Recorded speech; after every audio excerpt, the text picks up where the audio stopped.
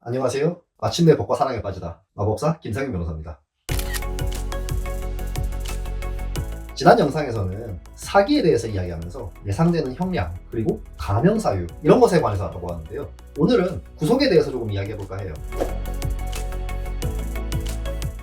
구속사유는 형사소송법 70조 1항에 나타나 있습니다. 주거불명, 증거인멸의 염려, 그리고 도망의 염려, 그리고 이제 제2항에는 구속사유를 심사함에 있어서 고려할 사항들을 정해놓고 있어요. 범죄의 중대성, 재범의 위험성, 위해의 우려. 그런데 2항의 이 사유들은 독립적인 구속사유가 되지 않기 때문에 범죄의 중대성, 재범의 위험성, 위해의 우려만 있다고 해서 구속사유가 되진 않아요. 사실 구속이라는 것은 헌법상 보장된 기본권을 제한하는 것이기 때문에 법에 정해진 사유로만 가능하거든요. 그런데 법에서 이 사유들은 고려할 사항으로만 두고 있기 때문에 주거불명이나 증거인멸, 도망의 염려가 만족된 다음에 비로소 이제 참작할 사항으로만 보는 거죠. 그렇다면 첫째로 주거불명은 무엇일까요? 간단하죠. 법에도 써있어요. 일정한 주거가 없는 때라고. 예를 들자면 그런 거예요. 가끔 그런 경우들이 있죠. 소위 이제 달방 내지는 사글세 아니면은 더 나아가서 진짜로 일정한 주거가 없는 경우도 있어요.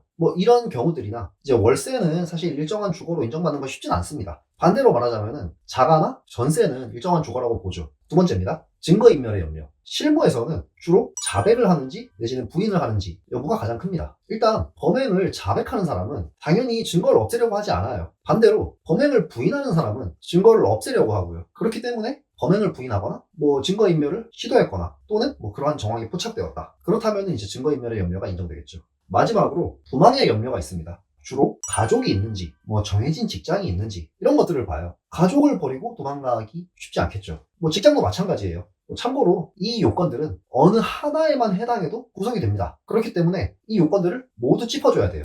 그렇다면 위 요건들을 만족할 때 구속은 어떤 식으로 진행될까요? 먼저 경찰이 구속영장을 검찰에 신청합니다. 그러면 이제 검사가 그 신청서를 봐요.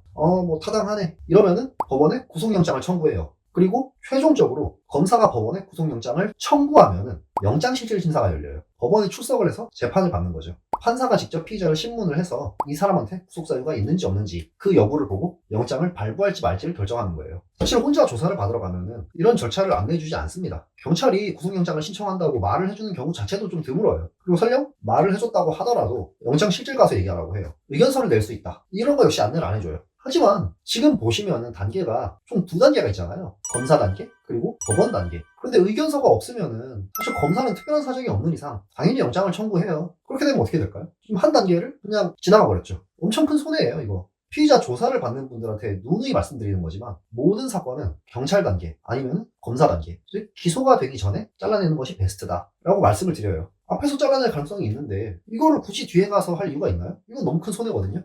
이미 구속이 되었다면은 그럼 이제 어떻게 해야 될까요? 사실 구속이 된 경우에는 사건이 정말 순식간에 진행돼요. 경찰에서 10일, 검찰에서 20일 구속할 수 있어요. 그리고 법원에서는 2개월, 그리고 2회 갱신해가지고 최대 6개월까지 구속할 수 있고요. 그러면 그 안에 결론을 내야 되기 때문에 이제 불구속 사건들이랑 좀 달라요. 불구속 사건들은 보면은 길게 1년, 2년씩 진행되는데 이건 정말 순식간이에요. 그리고 판결이 확정되기 전이잖아요, 현재. 그러면 이제 미결수라고 합니다, 이거를. 그래서 미결수가 수용이 되면은 구치소에 들어가요. 1심을 놓고 보면은 대략 7개월 정도 살면은 나올 수 있어요. 그런데 이제 또 2심 가고 3심 가고 그럼 사실 뭐죠? 12개월, 18개월 이렇게 되니까. 그리고 솔직히 얘기하면은 7개월조차 짧은 시간은 아닙니다. 조금이라도 빨리 나오기 위해서는 수사 중에는 구속적 부심, 재판 중에는 보석을 신청해야 돼요. 그런데 이제 또 보석 같은 경우에는 훨씬 요건이 까다로워요. 일단 보증금도 내야 되고 온갖 서약서에 심지어 제3자의 보증서까지 요구하거든요. 그러다 보니까 아까 말씀드렸던 것처럼 당연히 앞에서 잘라내는 게 좋겠죠.